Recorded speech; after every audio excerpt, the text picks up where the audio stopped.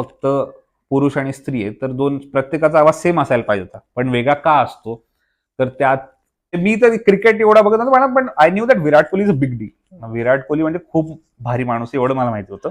6 वाजताच्या भेटेची वेळ ठरली असेल तर 7च्या आधी तर कोणीच येणार नाही. तर ऍक्टर असेल तर 8लाच येणार नाही. ही केम देअर ॲट 2 वाजता आला. तो सगळ्यात व्हायरल झालेला व्हिडिओ 2020चा रसोडे में कौन था आहे. मी गेलो आणि त्यांच्यासोबत गायला लागलो असंच स्टेजवरतीच. मग ते त्यांनी मला माईक दिला, जितकं मला तेव्हा येत होतं बोलता. अजय देवगण सोबत त्यांचं फिल्मसाठी एक गाणं केलं होतं, त्यात त्यांच्याकडनं रॅप करून घेतलं होतं मी. म्हणलं मी पटपट 8 लाईन्स वाचले, म्हणजे इतका नाही, एक लाईन करेंगे. म्हणून ठीक आहे सर, एक लाईन करेंगे, I am good with it. कारण त्यांचं म्हणलं मी इतना याद नाही रखने वाला. भाई और बहनों, ते जेव्हा होते, अगर वो बहुत लंबा पॉज लेते, बात करते करते वो इतना लंबा पॉज लेते हैं कि, और वो इतना नहीं बोलते, इतना बोलते हैं. ऑटोट्यून बद्दल तर माझं खूप ठाम मत आहे काहीतरी, पण ते काही पण बोलतात लोकांना ऍक्च्युअली माहिती नाही. कार्तिक आर्यन जब ऑटो ट्यून के बारे में बात करता है तो ऐसे लगता है कि वो खुद भी ऑटो ट्यून यूज करता है, और अगर मैं दिखता हूँ स्वीट इनोसेंट स्वामी टाइप का ना, लेकिन एक्चुअली बहुत बड़े आरामी टाइप का. लेकिन ऑटो ट्यून ऐसी चीज है ना की मैं भी यूज करता हूँ, तर ह्यात काहीच वाईट नाही. ऑटो ट्यून मी वापरतो कारण मी इतका चांगला नाही गाऊ शकत, तर त्यात काय वाईट? अरे खूप पैसे मिळतात. खूप मोठा ब्लॉगर आहे, त्याची महिन्याला 1 करोड रुपये कमवत असेल तो. प्रत्येकाला स्टॉक करतो मी. मला सुपर नॅचरल गोष्टींची खूप भीती वाटते. झोपल्यावर मला ना रात्री मध्येच कुठेतरी काहीतरी असं कोणतरी जाणवलं, कोणतरी उभं आहे आपल्या मागे. तर इथे मग हात जाणवला इथे असा येतोय. मनात मानून घेतलं की आता आपला शेवटचा दिवस आहे, ओके टाटा बाय बाय.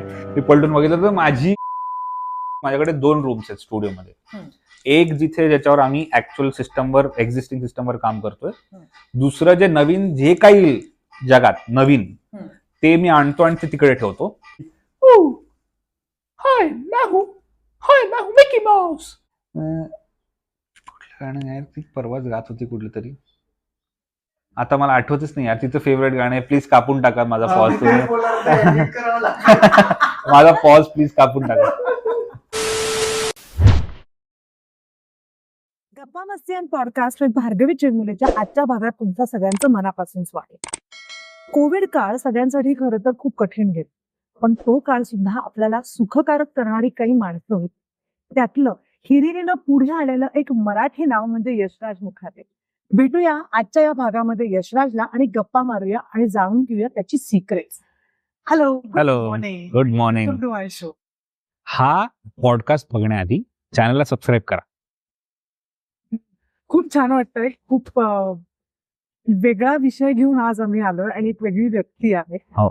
तर आपण सुरुवात गप्पांना करणार होतो, पण त्याआधी मला एक पहिला प्रश्न जो सगळ्या माणसांना आहे की तू जे करतोस ते नक्की काय आहे, त्याला काय म्हणतात? त्याला अजून मला माहित नाही एक्झॅक्टली काय टर्म, पण मी त्याला डायलॉग मॅशअप म्हणतो, कारण मी हॅशटॅग मध्ये सुरुवातीपासून तेच वापरले. पण त्याला काही असं काही म्हणता येणार नाही, कारण त्याला रॅपही म्हणू शकतो आपण, ते ऍक्च्युअली गाणं आहे, ते कॉन्टेंट आहे, त्याला मी म्हणू शकतात, काही काही लोक हसतात सुद्धा, तर ते काही पण असू शकतं. पण मी त्याला डायलॉग मॅशअप म्हणतो, just to give it a name. पण त्याच्यामध्ये सुरुवात कशी झाली हा तर नक्कीच एक प्रश्न आहे सगळ्यांना. सुरुवात मी आधीपासूनच मला वेगळ्या वेगळ्या साऊंड सोबत काहीतरी करत राहायचं ह्याची आवड होती. तर त्याच्या आधी मी कव्हर गाणी जेव्हा बनवायचो तेव्हा दुसरं कुठलं तरी कोणाचं तरी गाणं ते आपल्याकडे बनवायचं, युट्यूबवर टाकायचं.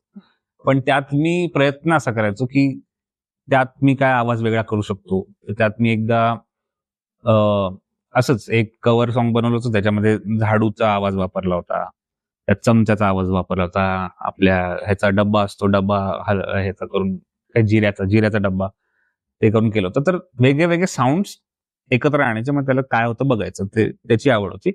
मग एक दिवशी मला वाटलं की डायलॉग कुठला तरी ऐकला मी, आणि मला वाटलं की असं करून बघूया, कुठले तरी शब्द कुठले तरी घेतले आणि त्याला मग ऑटो ट्यून करून त्याला काय करता येईल, नेमकं कसं सूर लावायचा, आणि त्याला मी गाण्यात समजा त्याला बनवलं तर कसं ऐकू येईल, तर ते करून बघितलं. आणि मी एक डब शर्मा म्हणून एक आर्टिस्ट आहे, त्यांनी गली बॉय मध्ये एक गाणं केलंय, खूप मस्त आर्टिस्ट आहे तो ना. त्याच्या चॅनलवरती असं साऊंड सोबत काहीतरी करायचं, तर त्यांनी डायलॉग सोबत केलं होतं, पण मी मेन स्ट्रीम नव्हतं केलेलं अजून. काहीतरी तो असं रस्त्यावर कोणीतरी जातंय, त्याचं काहीतरी घ्यायचं आणि करायचं, खूप भारी करायचं. ते मला खूप त्याचं आवडलं होतं. तसं मला वाटलं की तसं आपण ट्राय करून बघितलं तर मजा येईल. आणि मी खूप मोठा फॅन आहे स्नेहा खानविलकरचा. तर स्नेहा खानविलकरनी एक साऊंड ट्रिपिंग म्हणून खूप आधी एक शो यायचा. त्यात मी तिला बघितलं होतं असं करताना, की ती रेकॉर्डर घेऊन जायची आणि वेगळ्या वेगळ्या प्रांतातल्या लोकांचं तिकडे रेकॉर्ड करायची आणि त्या प्रांताचं तिकडे गाणं बनवायची प्रत्येक एपिसोडमध्ये.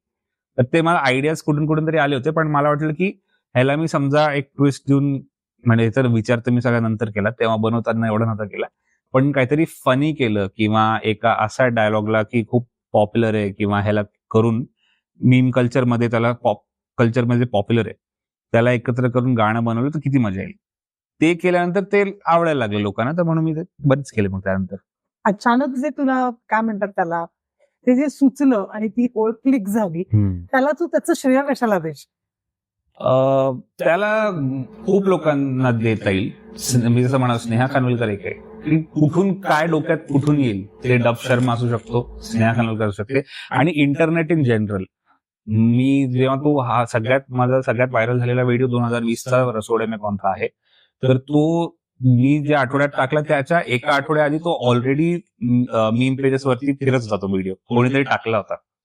तर तिथे बघून मला वाटलं की अरे हे तर ऑलरेडी चालतं, त्याच्यावरती काय केलं तर ऑलरेडी लोक फॅमिलियर आहेत ह्या ह्याची, आणि ती सिरीज पण खूप पॉप्युलर होती टीव्हीवर सुद्धा, बऱ्याच लोकांनी बघितली.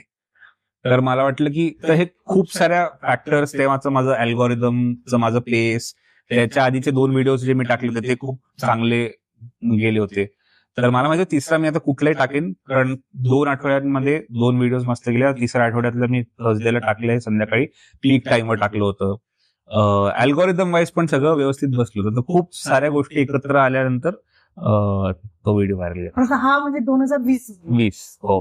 कधीपासून हे सगळं होतं? मी हे व्हिडिओज पर्टिक्युलरली 2018 पासून सुरू केले होते.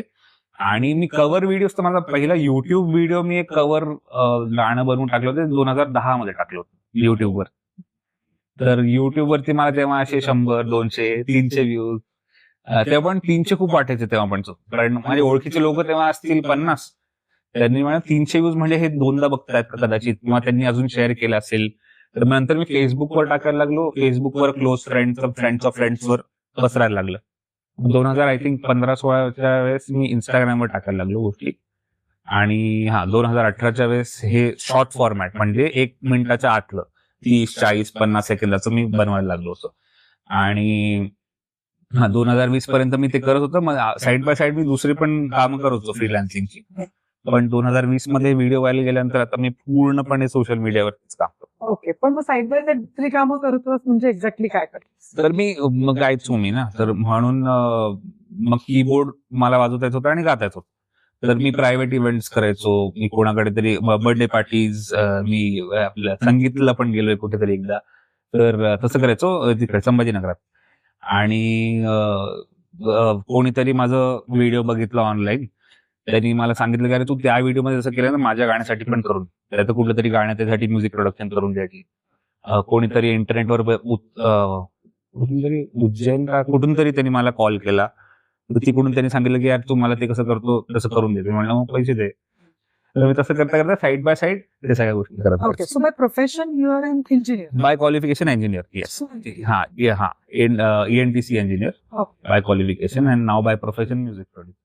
तू गाणं कोणाकडनं शिकलाय? मी गाणं बाबांकडनं. माझे बाबा गातात, चांगलं गातात. ते पण प्रोफेशनली शिकलेले नाहीत, पण त्यांना बघून बघून, कारण घरात आहे तसं वातावरण तसं असल्यामुळे लहानपणीपासून, तर मी त्यांना बघता बघता शिकलो. 3 वर्षाचा असताना मी पहिल्यांदा त्यांना म्हणजे मला जे आठवतं आणि जे रेकॉर्ड पण केले त्यांनी, मी त्यांना स्टेजवर गाताना बघितलं आणि मग मला वाटलं की मी पण जायला पाहिजे. काही त्याच्या आधी मी नव्हतो गात. मी गेलो आणि त्यांच्यासोबत गायला लागलो असंच स्टेजवरतीच. मग त्यांनी मला माईक दिला, जितकं मला तेव्हा येत होतं बोलता तितकं मी गायलो. आणि that was my first stage performance असं म्हणता येईल. तेव्हाही घाबरला नाहीस? नाही, मग कसं काय घाबरलो नाही काय. नंतर मी घाबरायला लागलो होतो थोडा मोठा झाल्यावर, पण तेव्हा नव्हतो घाबरला. आणि मी नसता विश्वास केला, पण त्यांनी शूट करून ठेवलंय. पण तू आता म्हणालास की घरी गाण्याचं वातावरण, हो. तसंच खेळाचं पण वातावरण आहे तुमच्या घरामध्ये, राईट? ऍक्च्युली खेळाचं वातावरण नाहीये. म्हणजे माझे आजोबा हॉकी खेळायचे, आणि हे माझं आता मी अँथम केले हॉकी टीमसाठी आपल्या ऑलिम्पिक्स मध्ये जी गेली, तर तेव्हा मला बाबांनी सांगितलं अरे आजोबा पण खेळायचे तुझे हॉकी, ते मलाही सांगायचे, पण माझी इच्छा नव्हती, तर मी ग्राउंडवर जायचो आणि मग पळून यायचो, कारण मला खूप बोर व्हायचं तिकडे. कारण मी लहानपणीपासून I have never been into sports that much. पण मी तो मुलगा आहे जो घरात बसलेला असतो आणि कीबोर्ड सोबत मी काहीतरी करत असायचो. मी खूप कमी म्हणजे फिजिकल ऍक्टिव्हिटीज खूप कमी केलेल्या आहेत मी. तर स्पोर्ट्सचे असं डिरेक्ट कनेक्शन माझं कधीच नव्हतं. पण आता नंतर मी क्रिकेटसाठी जिंगल बनवलं, मग आता हॉकीसाठी जिंगल बनवलं, तेव्हा मला, आणि माझा जो खूप जवळचा मित्र आहे लहानपणीचा संकेत, तो आता इथे ह्या घरात पण माझ्यासोबत राहतो. तर तो कोर स्पोर्ट्समॅन, त्याला लहानपणीपासून तो क्रिकेट खेळायचा, आता तरी इन्व्हेस्टमेंट बँकर झालाय, पण त्याला स्पोर्ट्सचं खूप नॉलेज आहे. तर तो मला सांगत असतो की तू ये देख, हे बघ, हे बघ. त्याच्यामुळे मला खूप माहिती आहे त्याच्यावरती. पण मग ते हॉकीचं गाणं कसं केलं असतं, म्हणजे हाऊ कम? हे हॉकी फेडरेशन कडनं कॉल आला होता आणि त्यांनी म्हणलं की असं असं आहे आणि आम्हाला आता काहीतरी फ्रेश एक गाणं पाहिजे. हॉकी मेन्स टीम जी आहे ती खूप चांगलं खेळते आणि देर आर चान्सेस दॅट ते सिलेक्ट होतील ऑलिम्पिक्समध्ये जाण्यासाठी. तर आम्हाला असं मस्त गाणं पाहिजे, तर तू करशील का? मी म्हणलं 100%. तुम्हाला कधी पाहिजे सांगा, मी लगेच करून देतो. आणि मला खूप दिवसांपासून असं एक सिरियस झोनमध्ये, म्हणजे असं मोटिवेशनल झोनमध्ये गाणं करायचंच होतं.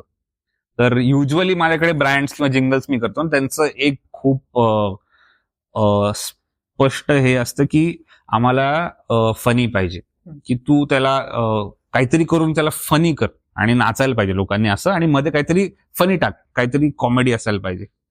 तर इथे ते रिक्वायरमेंट पूर्ण ऑपोजिट होतं त्यांचं. त्यांनी म्हणलं की असं आम्हाला म्हणजे मोटिवेशनल पाहिजे, ऐकून असं वाटायला पाहिजे की भारी आहे. तर मी विचार केला की आता समजा असं काही बनवायचं असेल जे स्टेडियम मध्ये वाजतंय आणि खूप लोक एकत्र गात आहेत, त्यांना गायला पण सोपं गेलं पाहिजे, त्याचे लिरिक्स खूप अवघड नसले पाहिजे आणि एक त्यात वाईब असायला पाहिजे. तर त्यासाठी माझी आयडिया होती की मला एक चाल होती माझ्या डोक्यात, ती मला करायचीच होती. तर मी पटकन ते केलं आणि त्यांना आवडलं. फर्स्ट ड्राफ्ट मध्येच ते अप्रूव्ह झालं आणि त्यांना आवडलं. हॉकी फेडरेशन, स्पोर्ट्स अथॉरिटी, सगळ्यांना त्यांनी ऐकवलं, सगळ्यांना आवडलं आणि now it is the official track of the Indian hockey team. आम्हीच गायलोस. आणि आलोक माझा एक मित्र आहे, त्याच्याकडनं मी लिहून घेतलं. ओके. पण मग डायलॉग मॅशअप पासून आपल्या देशाचं एक अँथम, हॉकी No. टीम साठीचं एक हो. अँथम जे मोटिवेशनल आहे, हम्म. हा प्रवास तू कसा बघतो? मला वाटतं ना, ह्यात खूप मोठा हात इंटरनेटचाच आहे. कारण मी हे शिकलो करणं सुद्धा इंटरनेटवरूनच. आणि आता असं कधी झालं असतं जर इंटरनेट नसलं असतं की हॉकी फेडरेशनला माझ्याबद्दल माहिती असेल, असं कधी झालं असतं की त्यांना कळेल की हा कुठेतरी एक मुलगा आहे, तो त्याला गाणं बनवता येतं आणि त्याला आपण गाणं करायला सांगू. कारण खूप लोक आहेत, म्हणजे माझ्या वरती हायरार्कीमध्ये इतकी लोक ज्यांना त्यांनी कॉल करू शकले असते, पण त्यांनी नाही करून त्यांना वाटलं की नाही, हा यंग ऑडियन्सला कनेक्टेड आहे, याच्यासोबत आपण काय केलं तर यंग ऑडियन्सला आपण जोडू शकतो. आणि त्यांचं हे पण म्हणणं होतं की जास्त आपल्याकडे क्रिकेटला महत्व दिलं जातं देशामध्ये, हॉकीबद्दल एवढं लोकांना हे नाहीये. तर ते पण त्यांचा अप्रोच मलाही आवडला, की त्यांनी म्हणलं की सगळ्यात यंग जनरेशनमध्ये तिकडे कोण आहे की जे सोशल मीडियावरती आपल्याला म्हणजे रेकग्नेशन मिळालं पाहिजे, थोडं चर्चा झाली पाहिजे, असं गाणं पाहिजे. तर त्यासाठी त्यांनी, आणि मग ते इंटरनेटमुळेच झालं, की इंटरनेटमुळे मला ते माझं कॉन्टेंट टाकायला मिळालं. पहिले तर इंटरनेटवरून शिकायला मिळालं, त्यानंतर कॉन्टेंट टाकून मला त्या वयोगटातली ऑडियन्स सगळी मिळाली. प्लस त्या एका व्हिडिओमुळे दुसरा व्हिडिओ मिळाला, दुसऱ्या व्हिडिओमुळे तिसरा व्हिडिओ वाढत गेला आणि त्याच्यामुळे ब्रँड्सला कळालं की अच्छा, हा काहीतरी करतोय, आपण ह्याच्यासोबत हे आपलं प्रोडक्ट विकून बघूया. ते प्रोडक्ट विकता विकता विकता विकता ते कुठपर्यंत तरी गेलं आणि त्यांना कळालं की अच्छा, हे सगळे काम करतोय हा, आणि आपण ह्याच्यासोबत गाणं केलं तर. पण it is a chain which is वाया द इंटरनेट, त्यांच्यापर्यंत पोहोचायची मला संधी मिळाली. तर एका कॉन्टेंट क्रिएटरनी कुठल्या तरी एका नॅशनल टीमसाठी गाणं बनवणं हे पहिल्यांदाच झालं असावं, तर त्याचा मला खूप अभिमान आहे. पण मग तुला जेव्हा पहिल्यांदा फोन आला हो. तेव्हा तुला कसं वाटलं? मला तर खूप चांगलं वाटलं, कारण युजली होतं काय, म्हणजे आता मला हळूहळू कळतंय की समजा असं कुठलं तरी अथॉरिटीकडनं पण फोन येत असेल, तर मध्ये कुठला तरी ब्रँड असतो की जे स्ट्रीमिंग प्लॅटफॉर्मवाले असतील किंवा कुठला तरी प्रॉडक्ट असेल, ते प्रॉडक्टवाले कॉल करतात. कधी मला असं ऑफिशियल अथॉरिटीच्या ह्याच्याकडनं कॉल नाही आलाय. तर पहिल्यांदा हे ऑफिशियल आहे आणि हे गाणं टीमसाठीच आहे आणि टीमसाठीच वापरलं जाईल, अजून कुठेच नाही. ह्याच्यावर आम्ही काही दुसरं लावून विकणार नाही आहोत, हे टीमसाठीच आहे आणि ह्याचं रिक्वायरमेंट असायचं. ते मला खूप चांगलं वाटलं. ओके. पण मग आता ही तू मेहनत 2010 पासून करतोस तू. हो. काही लोकांचं असं मत आहे, म्हणजे थोडेफार सोशल मीडियाबद्दल त्यांच्या मनात राग आहे, चांगल्या अर्थाने असेल हा, हा. त्यांचं असं म्हणणं असतं हे काय एका रात्रीत स्टार झाले हो काय कशाची किंमत नाहीये. हो हो. अशा लोकांना तू कसं हँडल करतो? अशी माणसं भेटत असतील ऑब्व्हियस. हा, मला तर नाही भेटले अजून. पण कसं आहे की वेगळंच नवीनच इंडस्ट्री आहे. इंडस्ट्री ती आता बनतीये. म्हणजे आता 2016 पर्यंत आय थिंक 3-4 युट्यूबर्सला लोक ओळखत होते की बा आशिष चंचलानी खूप मस्त करतो, प्राजक्ता कोळी, भुवन बामे, कॅरी मिनाटी, असे 4-5 मेजर होते युट्यूबर्स. आता लोकांना ऍक्सेस वाढल्यामुळे, हे जिओमुळे, जेव्हा इंटरनेट आल्यामुळे लोकांना इतका ऍक्सेस वाढला, सगळ्यांना काहीतरी बनवायची संधी मिळाली. आणि जो ऑडियन्स आहे तोच क्रिएटर पण आहे आणि जो क्रिएटर आहे तोच ऑडियन्स पण आहे. तर ते इतकं हेरार्की त्याची इतकी डेमोक्रॅटिक झाली आहे, तर त्यामुळे सगळे बनवू शकतात, सगळे कन्झ्युम पण करू शकतात आणि एव्हरीबडी हॅज देअर ओन वाटा त्याच्यातला. तर ते काही लोकांना कळत नाहीये की हे असं कसं काय, हेरार्कीमध्ये वरती कोणी आणि खाली कोणी कसं काय नाही असं वाटतं. पण तसं नसतंच, नाही होणार. Internet is all democratic.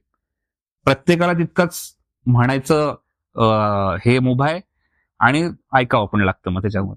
पण ते काही काही लोकांना they are not ready to adapt and which is very dangerous. आता तुम्ही हा शो सुरू केला, you have been acting for so long, but now you are producing content for the internet because then you have adapted to it. आता मी काल बघितलं, Ranveer Shorey Bigg Boss, काहीतरी बिग बॉस मध्ये फायनलिस्ट होता आणि रणवीर शोरी मला खूप आवडतो आधीपासून, चांगला ऍक्टर आहे. त्यांनी काय केलं, शो मध्ये तर he went to up to top 3 पर्यंत गेला काहीतरी आणि तिथून निघाला बाहेर. तर जो शो जिंकला, त्याच्यामुळे त्याला वाटलं की अरे मी कदाचित वोटिंगमुळे मागे पडलो असेल, कारण हे जे माझ्यासोबतचे जे लोक होते, मी तर 20 वर्षापासून काम करतोय, पण माझ्या सोबतची जी लोक होते ते व्लॉगर्स आहेत. ह्यांना मी तर कधी नाही बघितलं, पण ह्यांची फॉलोईंग बाहेर खूप जास्त आहे, फॅन फॉलोईंग. त्यामुळे त्यांना वोटिंग खूप जास्त पडल्यामुळे माझं काहीतरी गडबड झाली. तर त्यांनी आल्या आल्या पहिल्या आधी इंस्टाग्राम सुरू केलं आणि काल त्यांनी युट्यूब चॅनल सुरू केलंय. किती ऍक्टर्स, आता मी फराह खानचं हे बघत होतो ब्लॉग, तिने she has started her own blogging channel, which I think is a great tool, great idea, great step ahead, because that is the game. पुढच्या किती वर्षांपर्यंत आता हेच असणार आहे आणि ह्याच्यात मग वरती खाली स्टार्स बनतील, ह्याचे युट्यूब स्टार्स पण बनतील, हे नव्हतील. पण ते काही लोकांना ते समजून घ्यावं लागेल की it is a different industry आणि त्याला अडॅप्ट करावंच लागेल, नाहीतर तर तुम्ही मागे पडाल. त्यामुळे खरंच तू खूप पुढे जाऊन खूप नवनवीन शोध करतोस, नवनवीन प्रकार करत असतो. त्याच्यातच जसं ऑलिम्पिकचं गाणं, तसंच तू विराट कोहलींबरोबर पण केलं. हो हो. ते कसं घडलं सांग? ते एका ब्रँडसाठी होतं. 2M साठी मी जिंगल बनवलं होतं आणि 2M चे ब्रँड अँबॅसेडर विराट कोहली आहेत. तर त्यांच्यासाठी मी जिंगल बनवून टाकलं होतं आणि त्यांना मी जिंगलच बनवून देणार होतो. पण माझा जो मॅनेजर आहे सौरभ, तो सौरभ आणि आयुष दोघं ते वेडे विराट कोहलीचे वेडे फॅन्स आहेत. नाही हा, म्हणजे मी तर क्रिकेट एवढा बघत नव्हतो मला, पण I knew that Virat Kohli is a big deal. Virat Kohli म्हणजे खूप भारी माणूस, एवढं मला माहिती होतं. पण त्यांचं असं म्हणणं होतं की भाई मैं ना ट्राय करता हूँ की ना अगर ये विराट से हो जाए तो. मी म्हणलं काय येईल तो आपल्याला, म्हणजे आपण जिंगल मध्ये तो काय येईल. मी बात करतो की वो ब्रँड अँबॅसेडर है उनका, तो मैं ट्राय करता हूँ. तर त्यांनी 2M वाल्यांशी ते बोलले की असं असं होऊ शकतं का. ते म्हणे हो आपण करूया, आमच्याकडे, त्यांच्याकडे काहीतरी डेट्स असतात, त्याचे वर्षभराचे काहीतरी डेट्स असतात.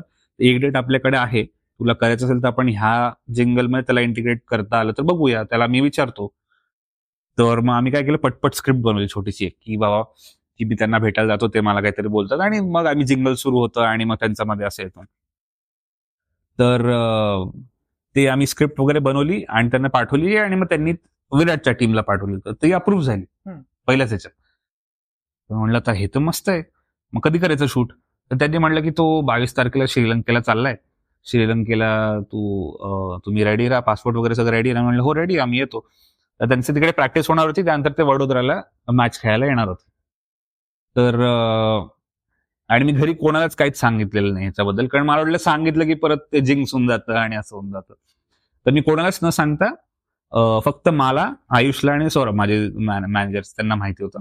त्यांनी पण कोणाला नाही सांगितलं. म्हणजे कंपनीमध्ये, माझ्या एजन्सीमध्ये पण दुसऱ्या कोणालाच नाही की PR वालों को नहीं बताते, इसको नहीं बताते, उसको नहीं बताते, किसी को नहीं बताएंगे भाई आपण. ठीक आहे बाबा. तर श्रीलंकेसाठी नेक्स्ट डे सकाळी फ्लाईट आहे, आज मी सगळं बॅग वगैरे रेडी करून बसलो आणि त्याचा कॉल आला की नाही ऍक्च्युली नाही हो पा रहा है वो, कारण त्याला वेळ नाही, ते कुठेतरी प्रॅक्टिसला जाणार आहेत, तर कदाचित ते नाही होणार. मी म्हणलं ठीक आहे आता काय नाही. माझ्यापेक्षा ते दोघांना इतकं वाईट वाटलं की अरे यार शिट यार, ते भेटलो असतं पण विराटला. मी म्हणलं जाऊ दे आता करू, आपण जिंगल तर बनवलं तर काय करणार आपण. ते म्हणे नाही, मग ट्राय करतो फिर. मग दुसऱ्या दिवशी कॉल आला की नाही वडोदरामध्ये ते येणार आहेत, तिकडे आपल्याला 1 तास मिळेल त्याच्यासोबत, आपण मी म्हणलं चला वडोदऱ्याला जाऊ. आम्ही गेलो तिकडे. त्या दिवशी त्यांचं शेड्यूल काय होतं की सकाळी he was shooting for some other ad, 2 ad shoot करणार होता तो, मग आमच्यासोबत 1 तास येणार होता, त्यानंतर मग प्रॅक्टिसला जाणार होता त्याच्या, आणि नेक्स्ट डे मॅच होती आपली. तर तिकडे गेलो आम्ही, आमची वेळ ठरली की 2 वाजता तिकडे जायचं, तर आम्ही थोड्या वेळ आधी गेलो, सगळं सेटअप वगैरे बघितलं, लाईट वगैरे व्यवस्थित बघितलं. आणि युजली असं होतं की म्हणजे बाकीच्या ऍक्टर सोबत पण मी तिथं काम केलं की समजा 6 वाजताच्या भेटेची वेळ ठरली असेल तर 7च्या आधी तर कोणीच येणार नाही, म्हणजे 7ला ते जेव्हा सुरू होईल मला येतील, आणि जर ऍक्टर असेल तर 8लाच येणार. हे माझं म्हणजे एवढा एक्सपिरियन्स मध्ये मला कळालं. आमचं 2 वाजता ठरलं होतं विराट सोबत, तर आम्ही आरामात होतो जरा, पण तो 2 वाजता 1:50 त्याचा मॅनेजर म्हणाला in 10 minutes will be here, तुमचं काय असेल पटपट केला, आम्हाला 1 तास पण नाही, आम्हाला तुम्हाला 45 मिनिट्स देता येतील, तितक्यात तुम्हाला जे काय जमतंय सगळं करून घ्या. म्हणलं ठीक आहे डन. आम्ही सगळे रेडी होतो. ही केम वेअर 2 वाजता आला तो, आणि आमचं 2:45 पर्यंत सगळं झालं होतं, आणि very went, and that was the way to find. So how do you feel when you meet Virat Kohli? अरे खूप, क्रिकेटची खूप आवड आहे असं तू नाही पण मला त्याच्याकडे बघून हे वाटलं खूप की तो म्हणजे खूप हंबल असतात ते, म्हणजे खूप मोठ्या लोकांना भेटून मला एकच जाणवतं, ते खूप हंबल असतात, की त्यांच्या डोक्यात ते खूप मोठे नसतात. त्यांच्या डोक्यात तो येऊन मी त्याला एकदा एका कुठल्या तरी पार्टीमध्ये पण आधी भेटलो होतो, तर मग ओळखत होता तो मला, म्हणजे मला त्याचं चांगलं वाटलं की बाबा ओळखतो आपल्याला, की त्यांनी कुठला तरी व्हिडिओ कुठेतरी कधीतरी बघितला असेल. तर भेटल्यावर हेच वाटलं की बाबा खूप, म्हणजे त्यांना ना असं, त्यांना एक तर माहिती असतं की आपल्याला कोणीतरी नवीन माणसाला आपण भेटतो तर तो ऑलरेडी इंटिमिडेटेड असतो, तर they make that extra effort to make you comfortable. तर ते त्यांचं खूप मोठेपण असतं, आणि ते इतकं कॅज्युअल करून टाकतात आल्या गोष्टीना, की पहिले आपण जितके घाबरत असतो ते आल्यावर एकदम नॉर्मल होऊन जातं. आणि फुल अजून एक मला कळालं की तो ऍक्टिंग खूप चांगली करतो, म्हणजे कारण त्यांनी ऍड्स एवढे केलेले आहेत, तर त्याच्यामध्ये कॅमेरा कुठे, अँगल कुठे, काय बोलायचं, हे प्रोडक्ट दिसतंय का, हे बघून घे, हे बोलून घ्या, पटपट पटपट पटपट पटपट सगळे लाईन्स केले आणि झालं. पण तू आता म्हणालास की मी खूप ऍक्टर्स बरोबर काम केलं, अजून कुठल्या ऍक्टर्स बरोबर? मी अजय देवगण सोबत त्यांचं फिल्मसाठी एक गाणं केलं होतं, त्यात त्यांच्याकडनं रॅप करून घेतलं होतं मी. तर रनवे 34 म्हणून एक फिल्म होती, तर त्यात असंच होतं की त्यांचं होतं की प्रमोशनसाठी आम्हाला गाणं पाहिजे असं. मी म्हणलं ते त्यांना म्हणा ना, विचारा एकदा की ते रॅप करतील का. तर त्यांनी आधी म्हणले टीमवाले त्यांचे की रॅप तर ते करत नाहीत, त्यांना आवडत नाही म्हणजे गाणं वगैरे. म्हणलं विचारा, मी गाणं बनवतो आणि त्यात मी असे थोडे जागा ठेवतो की त्यात त्यांना करता येईल का विचारा. तर ठीक आहे आम्ही विचारतो, पण ते नाहीच म्हणणार आहेत. मी म्हणलं तुम्ही विचारा, नुसतं नाही म्हणलं तर नाही. त्यांनी विचारलं तर ते हो म्हणाले, कारण त्यांनी पण कुठे ना कुठेतरी मला बघितलं असेल, तर त्यामुळे त्यांना वाटलं की इसके साथ कुछ करना है, तर ते हो म्हणाले. फक्त ते त्यांच्या टीमकडनं मला सांगितलं होतं की तुम्ही भेटाल त्यांना हे रॅप हा शब्द नका म्हणू, कारण त्यांना रॅप, आम्ही त्यांना सांगितलं की तुम्हाला गाण्यामध्ये काहीतरी करायचंय, तुम्ही रॅप म्हणाले ते घाबरते, म्हणजे त्यांना नाही आवडत असं. म्हणलं ठीक आहे, नाही चालेल आपण नाही करू. तर मी गेलो तिकडे, आणि ते एक गाणं होतं, मध्ये त्यांचा रॅप पार्ट होता, जिथे ते काहीतरी बोलतील, काहीतरी त्यांच्या कॅरेक्टरशी रिलेटेड होतं, आणि त्याला त्यांचाच पार्ट होता. तर सुरू केल्यावर ते म्हणे की मी म्हणलं की आता आपण असं असं आहे, मी एकदा म्हणून दाखवतो तुम्हाला, तुम्ही त्यानंतर म्हणा. तर म्हणलं मी पटपट पटपट 8 लाईन्स वाचले, म्हणजे इतका नाही, एक लाईन करेंगे. म्हणून ठीक आहे सर, एक लाईन करेंगे, I am good with it. कारण त्यांचं म्हणणं मी इतना याद नाही रखने वाला. तर आम्ही गेलो स्टुडिओमध्ये, ते म्हणे म्युझिक बंद कर दे, मेट्रोनम पे करेंगे. आता म्युझिक बंद केलं, फक्त मेट्रोनम वरती मी 1 लाईन म्हणतोय, ते 1 लाईन म्हणतात, मी 1 लाईन म्हणतोय, असं करता करता मी सगळे ते 8 लाईन गोळा केले. मग घरी येऊन मग माझा पाठ काढला, त्यांचा पाठ एकत्र केला, आणि आता तुम्ही बघाल व्हिडिओ तर इट डझंट, म्हणजे कळत नाही, खूप मस्त सिमलेसली हे झालं. आणि मी त्यांचंही असंच की 40-45 मिनिटात त्यांना फ्री करून टाकलं, आणि पण तो कॉन्टेंट पीस चांगला बनला, ते गाणं चांगलं बनलं. आणि ते फर्स्ट माझं म्हणजे आय थिंक स्पेशल थँक्स मध्ये टाकलं होतं त्यांनी माझं क्रेडिट, वायएम स्टुडिओचं काहीतरी, that was my first credit into a Hindi film. Hindi film. तसंच तू आता मराठी फिल्मसाठी पण गाणं हो केलं. हो हो 1 2 3 दोन तीनच्या. तर ते कसं घडलं? ते पण असंच, ते पण इंटरनेटमुळे. मी म्हणून इंटरनेटला जास्त श्रेय का देतो, कारण ते फिल्म बनवत होते प्रोड्युसर्स, त्यांना एक ह्या सिच्युएशनसाठी, आणि तेव्हा शूटिंग पण सुरू नव्हती झाली, त्यांचं एकदम बेसिक लेवलवरती होतं स्क्रिप्ट. तेव्हा त्यांना वाटलं की इथे एक जागा आहे, इथे कोणतरी आपल्याला ना वेगळा साऊंडवाला कोणतरी पाहिजे. तर त्यांनी विचार करत होते, तेव्हाच माझं रील त्यांच्या फोनवर आली. गाडीत बसून बोलत होते आणि ते रील त्यांच्या ह्याच्यावर आली. त्यांनी विचारलं, अरे हा कसा आहे, हा करू शकेल ना. मग मला वरुणचा कॉल आला, वरुण नार्वेकरांचा, की असं असं आहे, आम्ही फिल्म करतोय आणि ह्याच्यात एक सिच्युएशन अशी की ते जातात हॉस्पिटलमध्ये, त्यांना कळतं की त्यांना 4 बाळ होणार आहेत आणि वगैरे वगैरे. मी म्हणलं करतो मी, लगेच तुम्ही सांगा काय काय करायचं, कसं करायचं. तर असं असं आहे आणि थोडा फ्रेश साऊंड पाहिजे म्हणून आम्ही तुला सांगतोय. मी म्हणलं मला जसं पाहिजे तसं करू, कारण मला फिल्ममध्ये गाणं मिळतंय आणि कॉन्टेक्स्टमध्ये गाणं बनवायला मिळतंय, ह्याचा मला आनंद होता. तर मी फोन ठेवल्या माझ्याकडे एक होतं थोडंसं आधी काहीतरी केलेलं. इथेच ते खूप वर्षांपासून काही ना काहीतरी केलेलं ते कम्प्युटरमध्ये कधी ना कधी कामी होऊन जातं. तर ते होतं, मी उघडून बघितलं, मग त्या कॉन्टेक्स्ट प्रमाणे, स्टोरी प्रमाणे काहीतरी चाल लावली त्याला. आणि माझा मित्र आहे अक्षय शिंदे, त्याला पाठवलं की बाबा बघ असं असं मी चाल लावली आणि असं असं सिच्युएशन आहे, तुला काही सुचतंय का बघ. तर त्यांनी लिहिलं, मग लव चुंबक लोचे झाले लव लोचे. तर ते गाणं बनवलं मी, फर्स्ट ड्राफ्ट पाठवलं त्यांना, तेही फर्स्ट ह्याच्यात अप्रूव्ड. त्यांना आवडलं, साऊंडही आवडला, लिरिक्सही आवडले. ते म्हणे आता ह्याला पूर्ण कर, आपण ठेवूया. मग मला चांगलंच वाटलं, कारण मला this will be the first time की एका फिल्म मध्ये माझं गाणं येईल. ते मी जे बनवलं होतं ते फिल्म मध्ये नव्हतं गाणं अजय देवगणवाला, तर हे फिल्मचा पार्ट आहे आणि फिल्म मध्ये येईल. तर आता मी थिएटरमध्ये तर नाही बघू शकलो, कारण मी फिरायला गेलो होतो जरा, तर आल्यावर तोपर्यंत फिल्म गेली. तर आता मला टीव्हीवर बघायला मिळेल, पण माझ्या घरच्यांनी जाऊन थिएटरमध्ये माझं गाणं ऐकलं. पण मग ते गायलंयस पण तू? ते मी गायलंय आणि सोनल कौशल म्हणून एक व्हॉइस आर्टिस्ट जी आहे तिने गायलंय. तर मला लहान मुलांचा आवाज पाहिजे होता. बरोबर. तर तो मला, लहान मुलं तेव्हा एकदम ऍक्सेसिबल नव्हते, सुरात गाणारे, वरून मराठीचं चळ वगैरे ज्यांना जमेल असं मला सापडले नाही पटकन. तर मी सोनलला फोन केला की बाबा तू मुलांचा आवाज काढतेस ना, तर मुलांच्या आवाजात थोडंसं गायचं आपल्याला हे. तर तिने गायला खूप मस्त झालं, गाणं चांगलं झालं. मला सांग, आता तू मगाचपासून म्हणतोय साऊंड, आता जगात आवाज दोनच आहेत, पुरुषांचा आणि बायका. हो हो हो क्वालिटी. हो पण प्रत्येकाचा आवाज युनिक असतो. हो. So what is that exactly engineer, कसं ते आहे, त्याच्याबद्दल तुझा काय स्टडी? हे मी इंजिनिअरिंग करत असताना फायनल इयर मध्ये आमचा एक प्रोजेक्ट करायचा असतो आम्हाला. तर त्या प्रोजेक्टमध्ये आम्ही, माझ्या ग्रुपने निवडलं होतं की व्हॉइस रेकग्निशन काय म्हणा लॉक सिस्टम आम्हाला बनवायचं होतं. तर त्यासाठी आम्ही रिसर्च केला होता. तेव्हा मला कळालं होतं की व्हॉइसमध्ये किती फॅक्टर्स असतात, किती वेगळ्या वेगळ्या प्रकारचे व्हॉइस का असतात, की 2 फक्त पुरुष आणि स्त्री आहे, तर 2 प्रत्येकाचा आवाज सेम असायला पाहिजे होता, पण वेगळा का असतो. तर त्यात तुमचं अॅनाटॉमी, पहिलं तर वोकल कॉर्डचं स्ट्रक्चर आहे ते प्रत्येकाचं वेगळं असतं.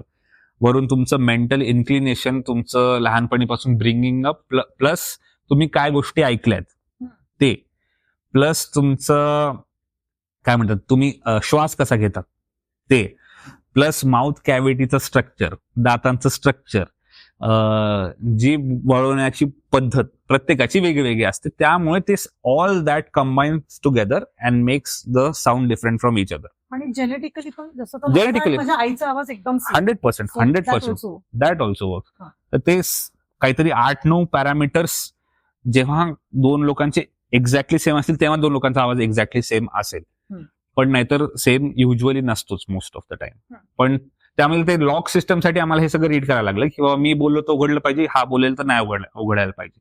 त्यासाठी आम्हाला ते फॅक्टर्स रीड करायला खूप इंटरेस्टिंग होतं. मग इंजिनिअरिंगचा कधी कधी असा उपयोग होतो. पण मग हेच तू जे म्हणतोयस की या वेगवेगळ्या साऊंडची तुला आवड होती, म्हणून तू हे वेगवेगळे असे डायलॉग मॅशअप्स करू शकलास? हा, खरंच. म्हणजे मी ते आधी साऊंड सोबत करायचो, नॉन लिव्हिंग थिंग्स, नंतर मला वाटतं डायलॉग सोबत करून बघूया. त्या dialogue was also part of, म्हणजे ट्रॅक मध्ये तर सगळं वेब फाईलच असते ना, ते माणसाचं असो काय कुठलं ठकठुक केलं असो, तिकडे मला वाटलं की हे टाकून बघूया आता हे कसं वाटतं, आणि ते इट वर्क. मग या तुझ्या जी नॅक आहे, तू जो प्रोजेक्ट केला, त्याचा तुला मिमिक्रीमध्ये किती उपयोग झाला? मिमिक्रीमध्ये सुद्धा इट्स द सेम सायन्स.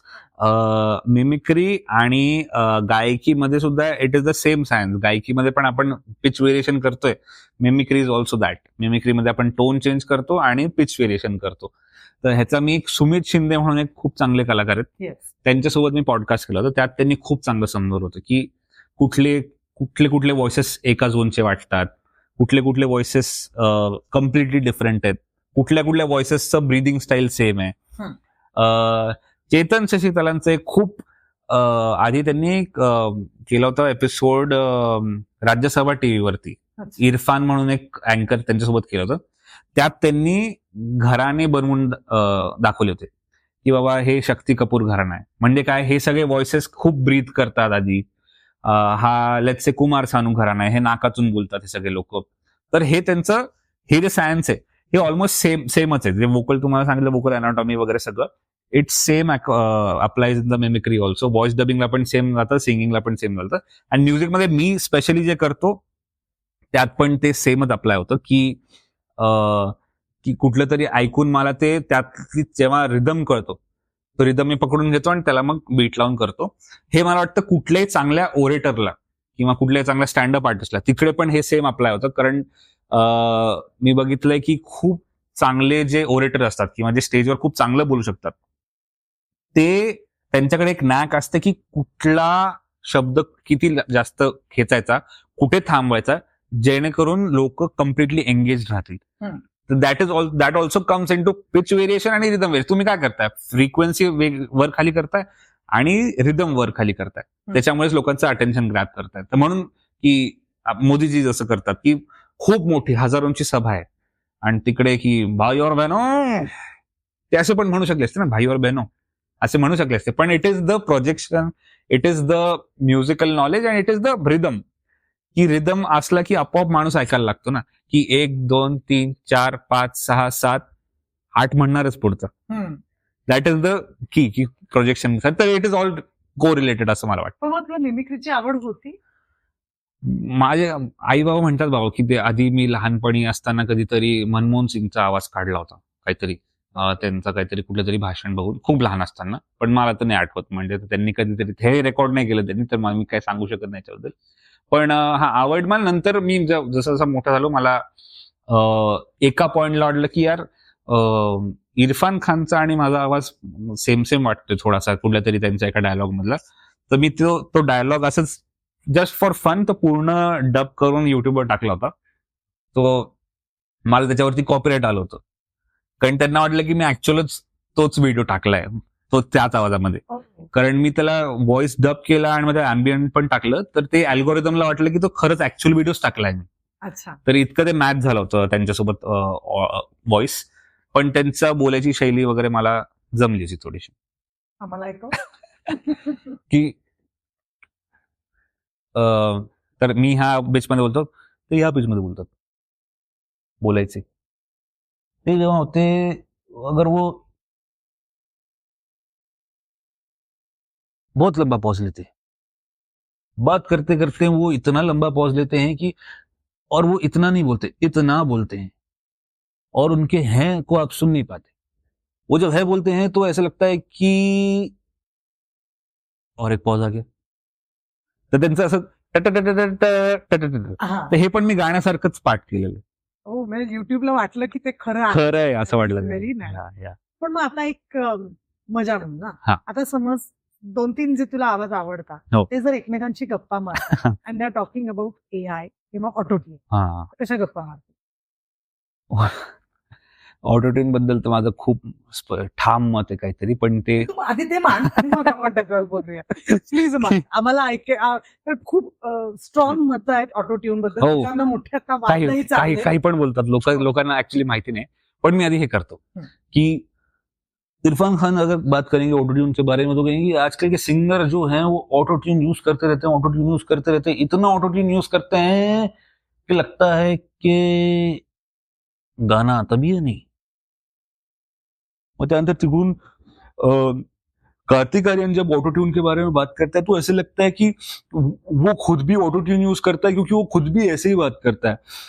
उसका आवाज आप लग सकता है कि वो जब ऐसे बात करता है तो ऐसे लगता है कि शायद अक्षय कुमार के जैसे बात करने की कोशिश कर रहा है, पर लेकिन बात कर नहीं पा रहा। दैट वाज। और अगर मैं दिखता हूँ स्वीट इनोसेंट स्वामी टाइप का ना, लेकिन एक्चुअली बहुत बड़े आरामी टाइप का। लेकिन ऑटो ट्यून ऐसी चीज है ना कि मैं भी यूज करता हूँ, तो हे सगळे असे बोलतात। पण माझं असं म्हणणं आहे की ऑटो ट्यून नाही का एक वोकल प्रोसेसिंगचा भाग। जसं every audio that you have heard on the speaker is treated. जे आकाशवाणीचा रेडिओ असो का, तुम्ही रेडिओवरती गाणे ऐकत असा किंवा टीव्हीवरती जे काय ऐकता तुम्ही, ते कुठून तरी अॅनालॉग मधनं कुठेतरी डिजिटल कम्प्युटरमध्ये जाऊनच तुमच्यापर्यंत पोहोचले। That means it is treated. When it comes to singing, लोकांचं एथिकल मत आणि मॉरल मत असं आहे की बाबा तुम्हाला गाता येत नाही आणि तुम्ही काहीतरी वापरून गाणं त्याला ठीक करता, आणि मग हे तर चुकीचं आहे। मला असं वाटतं की जोपर्यंत मी स्वतःला सिंगर म्हणत नाही तोपर्यंत एव्हरीथिंग इज फाईन। जर मी ऑटोट्यून वापरून गाणं बनवत असेल आणि मी बाहेरून म्हणतो की मी खूप चांगला सिंगर आहे, तर हे तर चुकीचंच आहे, ह्याला मी मानत नाही। पण मी म्हणतोय की मी चांगला सिंगर नाही बाबा, पण हे टूल मला मिळाले ज्याच्याकडून मी गाणं चांगलं बनवू शकतो, तुम्हाला ऐकायला घाण वाटणार नाही, तेवढी काळजी मी घेऊ शकतो, तर ह्यात काहीच वाईट नाही। ऑटोट्यून मी वापरतो कारण मी इतकं चांगला नाही गाऊ शकत, तर त्यात काय वाईट आहे? जसं आपण मेकअप लावतो, कॅमेऱ्यासमोर येताना मेकअप लावतो, आपण फिल्टर वापरतो, सगळं वापरतो, तसंच वोकल प्रोसेसिंग मध्ये।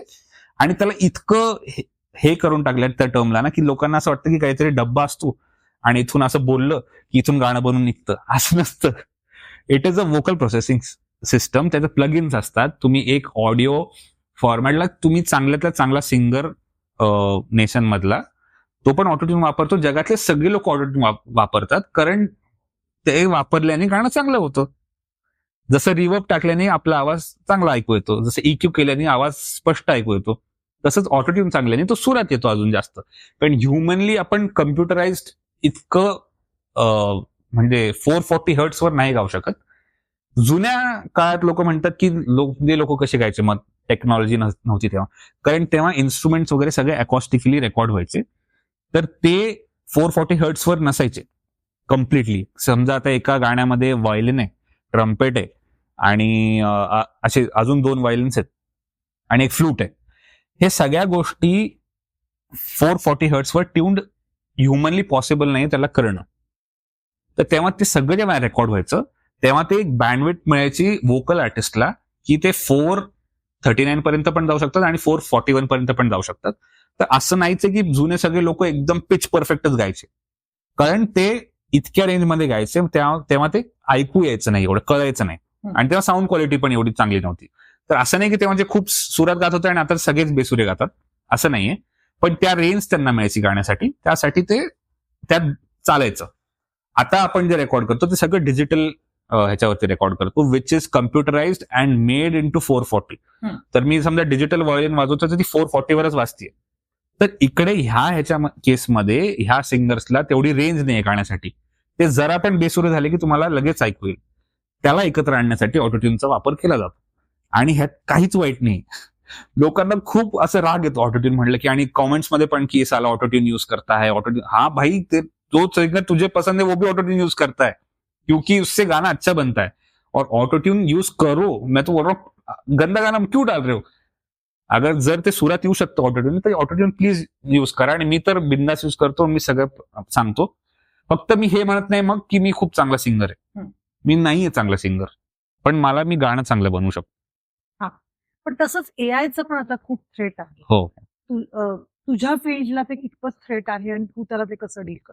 नाही, मला तर खूप मजा आहे, एआयची तर खूपच मजा आहे। क्रिएटर्सला किंवा सोशल मीडियावरती जे आहेत किंवा म्युझिशियन्स इन जनरलला एआय इज म्हणजे खूप मोठा फायद्याचं काम झालेलं आहे, ह्युमन काइंडनी हे केलेलं आहे। आणि मला वाटतं की काहीच घाबरायची गरज नाही, एआय नुसतं आपल्याला हेल्प करण्यासाठी चालेल। असं कधीच होणार नाही की जे ह्युमनली पॉसिबल जॉब्स आहेत ते चालले जातील एआय मुळे, असं नाही होणार, असं शक्य नाहीये। ह्युमन टच कधी पण लागेलच, माझ्या केसमध्ये तर मी आता रेकॉर्ड करतो काहीतरी, थोडासा साऊंड आला की एआयने ते काढून टाकतो, नॉईज आला की एआयने काढून टाकतो. माझ्याकडे एक असं एआय सॉफ्टवेअर आहे की समजा मी इथे माईक आहे आणि मी इथे बोलतोय आणि इथे फॅन चालू असेल, तर it is able to identify my voice and the fan's voice, आणि ते फॅनचा आवाज वेगळं करून माझा आवाज वेगळं करू शकतं. इतकं ते, आणि ते अजून तर इनिशियल स्टेजला आहे. Correct. ते पुढच्या काही वर्षांमध्ये इतकं चांगलं होऊन जाणार आहे. आता मी रिसेंटली एका ब्रँडसाठी जिंगल बनवलं, तर ती त्या ब्रँडची जी सीईओ आहे, ते पूर्ण जिंगल आम्ही विचार करत होतो की कुठल्या सिंगरकडनं गाऊन घ्यायचं, कारण ते अनिशर जी आहे ना, तर त्याचे ओनर आहे परुल गुलाट. तर आम्हाला वाटलं कुठल्या सिंगरकडनं करून घ्यायचं, कसं जमेल कुठल्या सिंगर. तर एका पॉइंटला आम्हाला वाटलं की तिच्याच आवाजात का नाही गाऊन घ्यायचं. ती म्हणे मला तर गाता येत नाही. मी म्हणलं आपण करूया काय तर मी तिचा आवाज पूर्ण सॅम्पल केला, एआय मध्ये टाकला आणि तिचा आवाज बनवला आणि मग मी गायलो आणि मग त्याच्यावर तिचा आवाज लावला, तर ऐकताना असं वाटतं की ती गातीये. So this will the first time की पूर्ण जिंगल जे ब्रँडचं आहे ते त्या सीईओच्याच आवाजात आहे. आणि हे एआय मुळेच शक्य आहे. आणि ते तर अजून म्हणजे ते इतकं खूप जास्त चांगलं नाही आहे सध्या, की त्याचं quality of output is still not there, आणि ट्रेन करायला पण वेळ लागतो, 2-2.5-3 तास लागतात. हे सगळं कमी होईल. एका पॉइंटला ते 10 मिनिटात ट्रेन करेल, एका पॉइंटला ते 2-3 सॅम्पल्स ऐकून, कारण मला तिच्यासाठी तिचं अर्ध्या तासाचं रेकॉर्डिंग करायला लागलं, मग ते सॅम्पल्स त्यात टाकावे लागले. हे एवढी मला काही प्रॉब्लेम नाही एवढी मेहनत करायला, पण ही म्हणतो की ही मेहनत पुढे जाऊन कमी होईल, अजून कमी होईल. पण हा थ्रेट आहे असं नाही वाटत तुला थोडाफार? नाही, मला नाही वाटत. कारण मला असं वाटतं की कुठली पण आयडिया आधी डोक्यात येते. मी हॅन्स झिमरचा एक कोर्स केला होता ऑनलाईन, असं मास्टर क्लास. त्यात त्यांनी सांगितलं होतं हॅन्स झिमर आता जगातला म्हणजे टॉपचा, म्हणजे सगळ्यात मेजर जे जितके super hero films, Inception, Interstellar, हे सगळे, बॅटमॅन बिगिन, सगळं त्यांनी केलंय. तर त्याच्यात त्यांनी सांगितलं होतं की मला आज जगातल्या सगळ्या बेस्ट पेक्षा बेस्ट ऑर्केस्ट्राचा ऍक्सेस आहे. मी जगातल्या कुठल्याही इन्स्ट्रुमेंटला कुठलंही ऑर्केस्ट्रा एकत्र आणून करू शकतो. पण मी आता एका फिल्मसाठी केलंय, त्याचं एक म्युझिक आहे पीस, मी आयपॅड वरती बनवलंय. तर कारण त्याचं म्हणणं असं होतं की आयडिया डोक्यात असते आणि ती कम्प्युटर किंवा इक्विपमेंट किंवा एआय वर बनत नाही, आयडिया डोक्यातच बनते आधी. तर आयडिया तुम्ही त्याला ते एआय नाही रिप्लेस करू शकत, डोक्यात तर नाही जाऊ शकत अजून तरी, की डोक्यात जाऊन तुम्हाला आयडिया देईल. रेफरन्स पॉईंट मिळू शकतो, हे मिळू शकतात की मोटिवेशन मिळू शकतात की हे मिळू शकतात, पण त्याचं म्हणणं होतं की माझ्या डोक्यातच बनवतो मी, आणि त्यानंतर these are all the tools that will help me to turn it into something substantial. तर मला असं वाटतं की एआय आणि कुठल्याही प्रकारचे tools, even autotune for that matter, is a tool to just shape your idea which has already come in your mind. Same goes for writers. आता ChatGPT मध्ये तुम्ही पूर्ण फिल्म स्क्रिप्ट लिहू शकता, पण चॅट जीपीटीला तेवढंच माहिती आहे जे जगात आहे किंवा जे इंटरनेटवर आहे, त्याच्यात कॉम्बिनेशन बनवून तो काहीतरी देतो. पण त्यातलं आपल्याला एक्झॅक्टली कुठलं पाहिजे ते त्याला आपल्याला सांगावं लागतं, की बाबा असं नाही, मला हे पाहिजे, हे काढ, हे पाड. तर ते डोक्यात आधी आयडिया येते आणि त्यानंतर AI will help you to be that. Of course easy होऊन जाईल, पण ते जॉब्स कोणाचे जाणार नाही. इनफॅक्ट जॉब्स अजून वाढतीलच, कारण एआय आल्यानंतर एआय डिरेक्टर्स येतील, फिल्म डिरेक्टर्स, जे एआय वरती फिल्म बनवतात, पण त्यात पण चांगले आणि वाईट डिरेक्टर असणारच.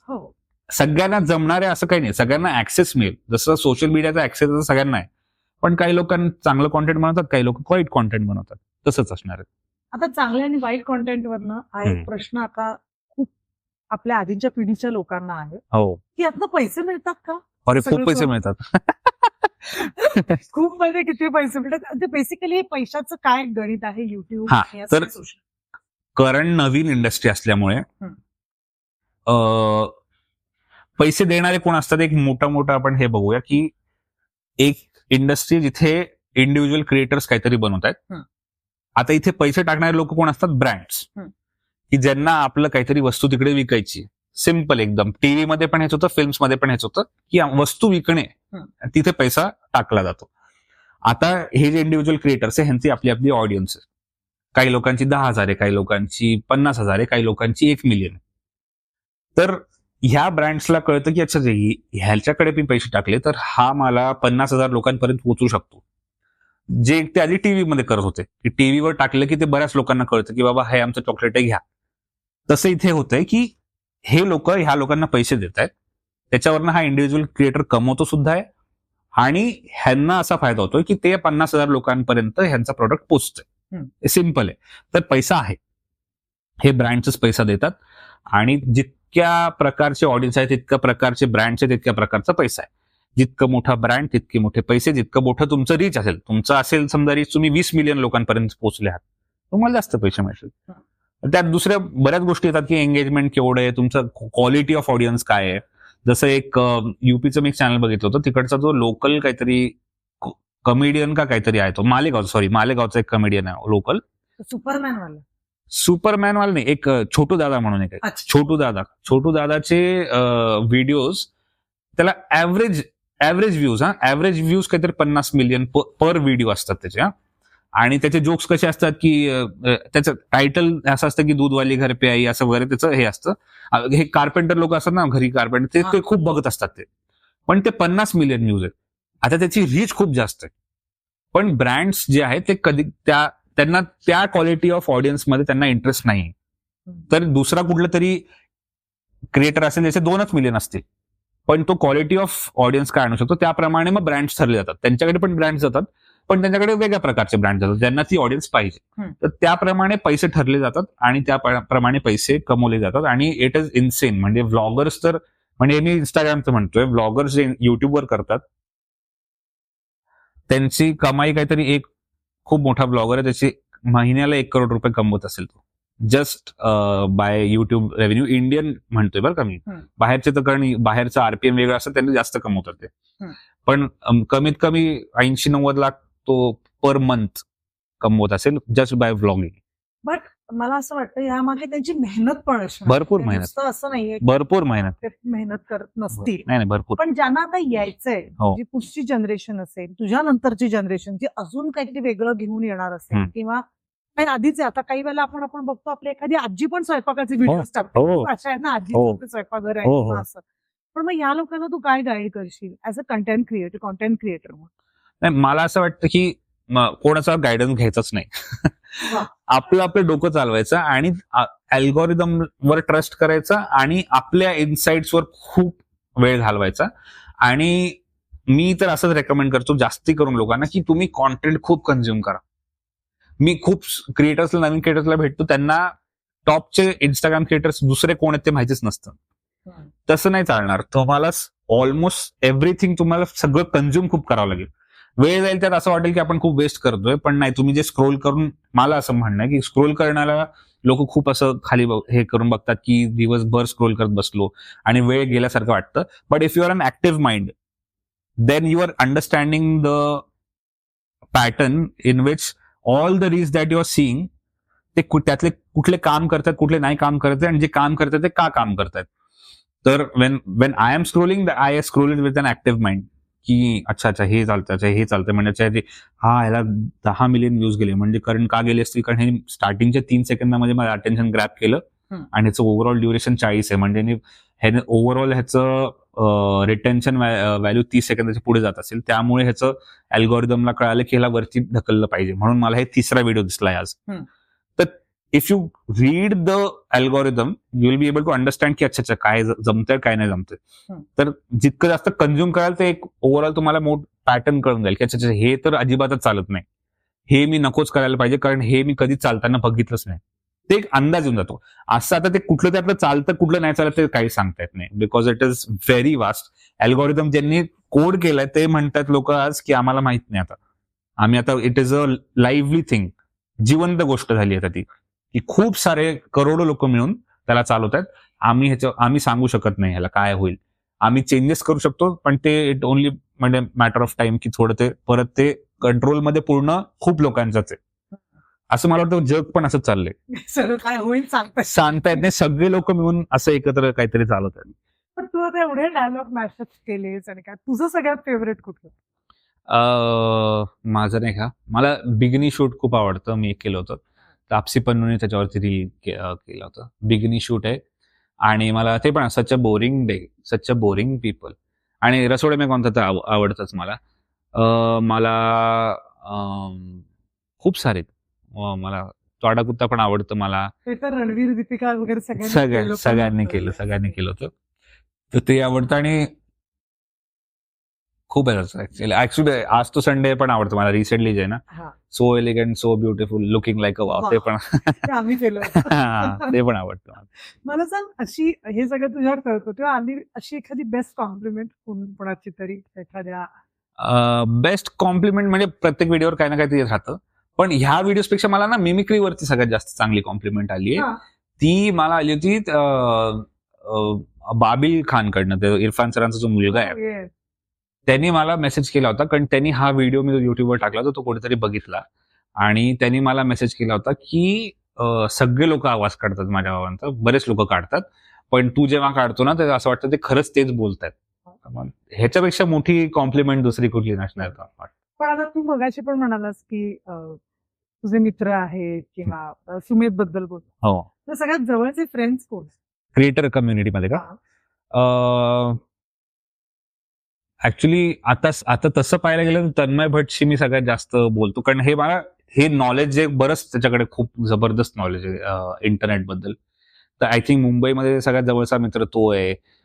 रुही दोसानी म्हणून एक माझी मैत्रीण आहे इकडे. सुहानी शाह म्हणून एक मॅजिशियन आहे. माइंड रीड करते, करेक्ट. ती आहे. आणि असे बरेच क्रिएटर्स. आणि इकडे हे ऑरेंज ज्यूस गँग बद्दल माहिती आहे तुला? नाही, ऑरेंज ज्यूस गँग म्हणून एक कळव्याचे मुलं आहेत, 4-5 मुलं आहेत. खूप मस्त कॉमेडी करतात इंस्टाग्रामवरती.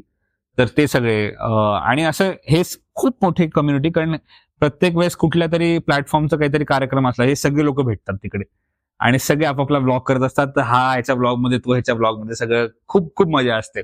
आणि सगळे खूप मनानी चांगले. प्राजक्ता कोळी खूप खूप चांगली आहे. आणि म्हणजे सगळेच चांगले फ्रेंड्स आहेत. मी तर मोस्टली ते नसतो, मी तिकडे संभाजीनगरात राहतो, पण ऑनलाईन सगळे कनेक्टेड असतात. आता तू वाक्य म्हणालास मी संभाजीनगरला असतो. बरेच वेळेला असं होतं की पूर्वी तरी असं असायचं की जे मुख्य शहर आहेत, मुंबई, पुणे, नाशिक, इकडनं बरेचसे टर्स किंवा म्युझिक वाले वगैरे यायचे. आता खूप, मी म्हणणार नाही छोटं गाव, मेट्रो नाही, स्मॉल सिटी, तिकडनं आता खूप टॅलेंट यायला लागलं.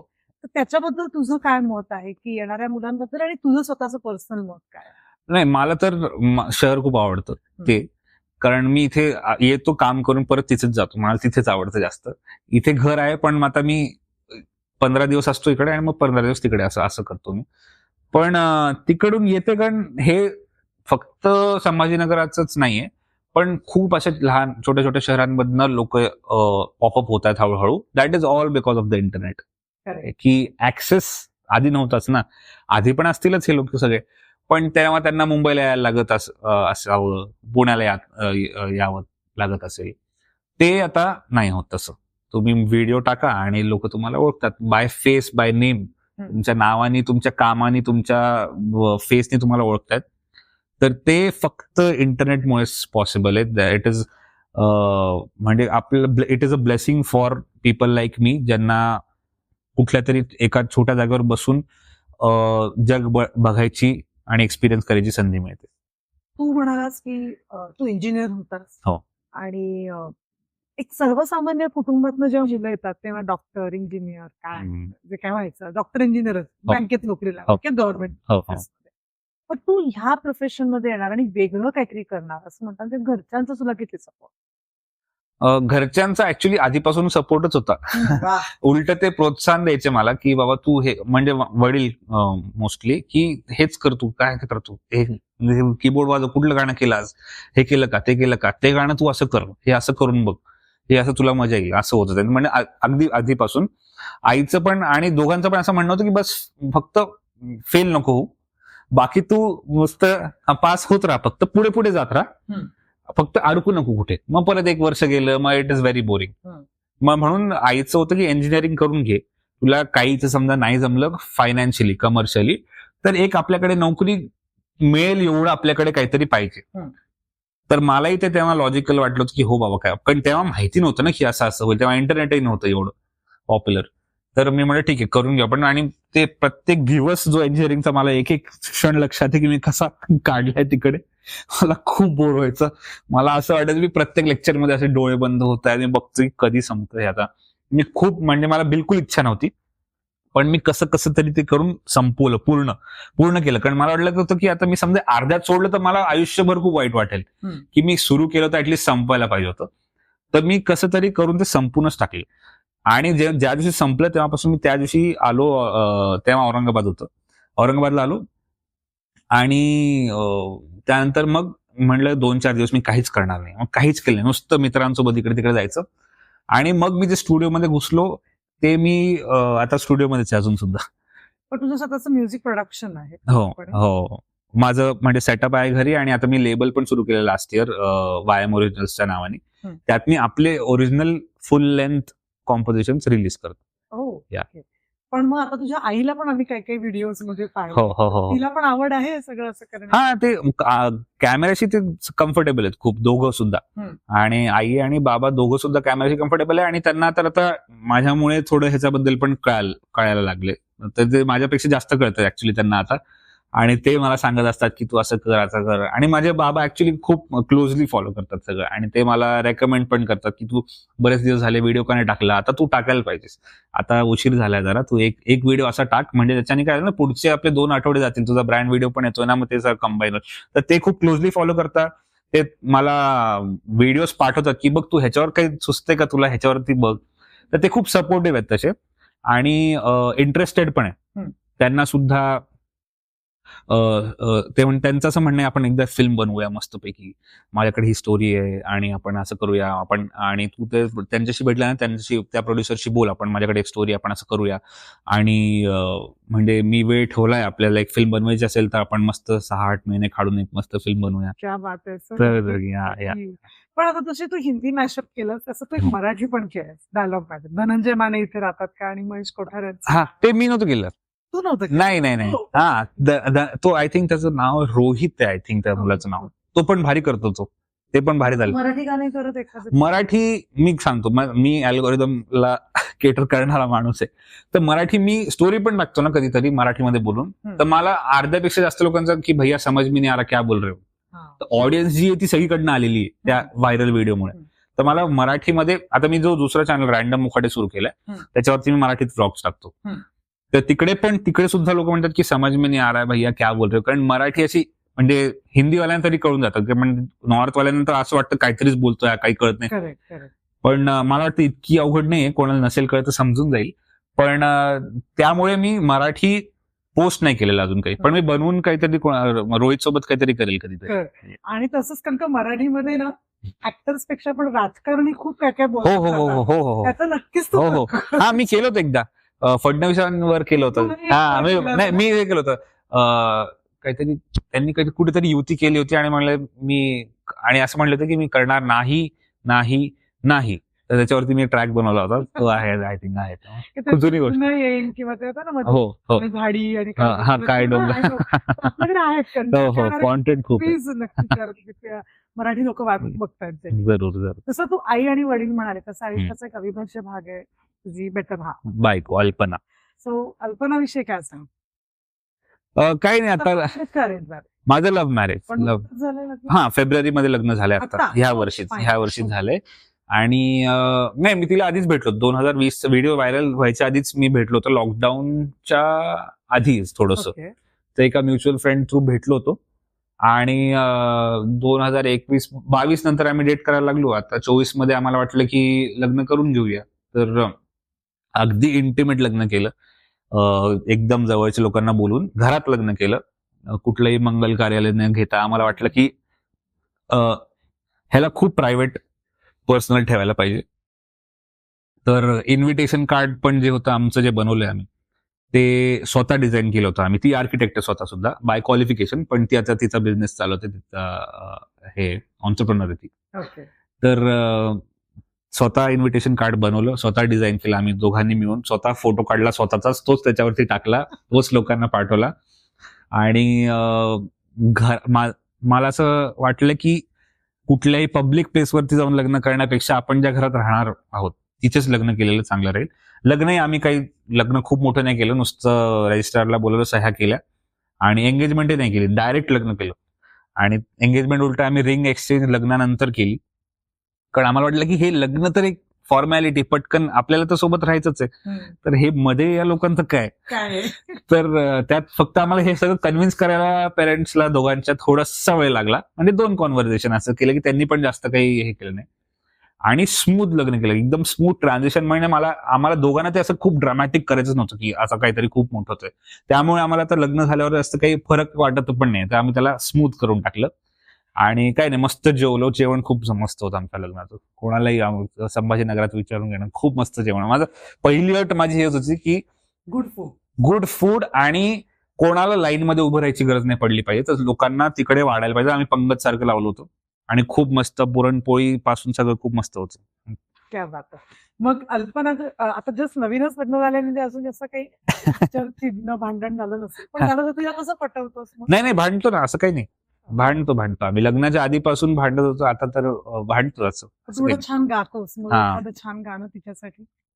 ऍक्च्युली असं कधी झालं नाही की मी तिच्यासाठी गायलोय तिला पटवायला, कारण नाही, हे खूप तुम्हाला सांगतो किस्सा. एक ना, जावेद अख्तरांना कोणतरी विचारलं होतं असं की तुम्ही इतकं चांगलं लिहिता आणि एक लडकी को देखा तो ऐसा लगा वगैरे वगैरे, आणि मग तुम्ही शबानाजींना काहीतरी तुम्हाला इजहार करायचा असेल तो आप कैसे करतो जावेद साहब.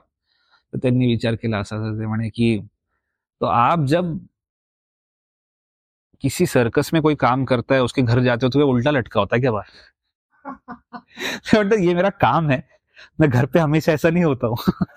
लोकांकडे कवी आहे म्हणजे कवी म्हणजे घरी कविताच करत असेल, ते शबाना आजमी म्हणे की हा सगळ्यात जगातला अनरोमॅन्टिक माणूस आहे म्हणे घरात, असं म्हणे. तसं उलटा किस्सा असा फिल्मफेअरचा आहे.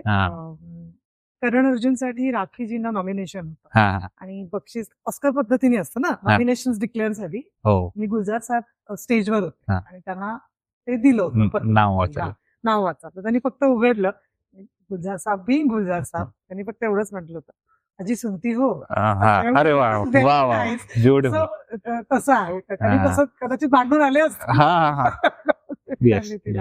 प्रत्येकाची पद्धत असते. पण तुला जर एखादं गाणं, तिचं फेवरेट एखादं गाणं? तिचं फेवरेट खूप आहे ऍक्च्युली. आता मला एकदम आठवत नाहीये. कुठलं गाणं यार, ती परवाच गात होती कुठलं तरी, आता मला आठवतच नाही यार. तिचं फेवरेट गाणं आहे. प्लीज कापून टाका माझा पॉज. माझा पॉज प्लीज कापून टाका. मला आठवत नाही. ठीक आहे. हे ठेवा पण. ती तिचा बॉडी केअर प्रोडक्टचा बिझनेस आहे, हँडमेड बनवते तिकडे. आता सध्या संभाजीनगरमध्येच आहे, पण तिला आता नुकतंच ते लिंक मिळाली, ते अमेझॉनवर लिस्ट करणार आहे ती लवकरच. तर soaps, lip balms, lip scrubs वगैरे असं. नशीब, थँक्यू, आम्ही ते गिफ्ट नाही आणलंय. आता आपण जाऊया rapid fire. Okay. Yashraj film बघताना रडतो? खूप कमी, पण हो. कुठली फिल्म बघताना रडलाय? तारे जमीन पर बघायला रडलो होतो, लहान होतो तेव्हा मी. अजून एक जाऊन द्या ना बाळासाहेबच्या क्लायमॅक्स मध्ये मी रडतो. जाऊन द्या ना बाळासाहेब बघितलाय फिल्म, आणि तो त्याच्यात नाटक करतो शेवटी जाऊन, आणि तो गिरीश कुलकर्णी, ते मला खूप आवडतात. तर ते शेवटी जाऊन तो स्टेजवर तो काहीतरी बोलतो ऑडियन्सला, आणि मला प्रत्येक वेळेस ते बघताना इतकं रडू येतं ना, कारण तो हे सांगत असतो की हा माझा मित्र आहे आणि हे कसं, आणि माझ्या घरचे त्याला फुटक्या कपात चहा देतात आणि मला त्याला खाली बसवतात, आणि ते इतकं चांगलं डिलिव्हर झालंय. त्यात रडतो मी. कल्होनाव मध्ये रडतो, कल्होनावच्या एंडला रडतो. असे बरेच फिल्म्स आहेत. कुठल्या सेलिब्रिटीला कधी स्टॉक केलंस? आता सकाळी कोणतं खूप सारं जे दिसलं काहीतरी नवीन कोणी टाकलं, प्रत्येकाला स्टॉक करतो मी. तुझा फेवरेट म्युझिक डिरेक्टर? एकच सांगायचं आहे, अमित त्रिवेदी, A.R. रहमान, प्रीतम, विशाल शेखर, अनु मलिक. आता सध्या हे 5. हिमेश रेशमिया. आधीच्या काळात आर डी बर्मन मला खूप आवडतं. म्हणजे त्यांचं सगळ्यात जास्त मी गाणी पण जुनी त्यांचीच ऐकली, पण ते खूप भारी वाटतं मला. जिऱ्याचं बाटली सगळं त्यांचं आयडिया आहे. Favourite singer? ते पण खूप आहेत. मला अरिजित सिंग खूप आवडतो. अरिजित सिंग कॉमन आहे वाटतं, सगळ्यांना आवडतो अरिजित सिंग. सोनू निगम आवडतात मला, श्रेया घोषाल, मला सुनिधी चौहान खूप मस्त गाते असं वाटतं. आणि असे बरेच आहेत, म्हणजे इंडी नवीन सिंगर्स मध्ये पण खूप लोक आहेत, खूप लोक आवडतात मला.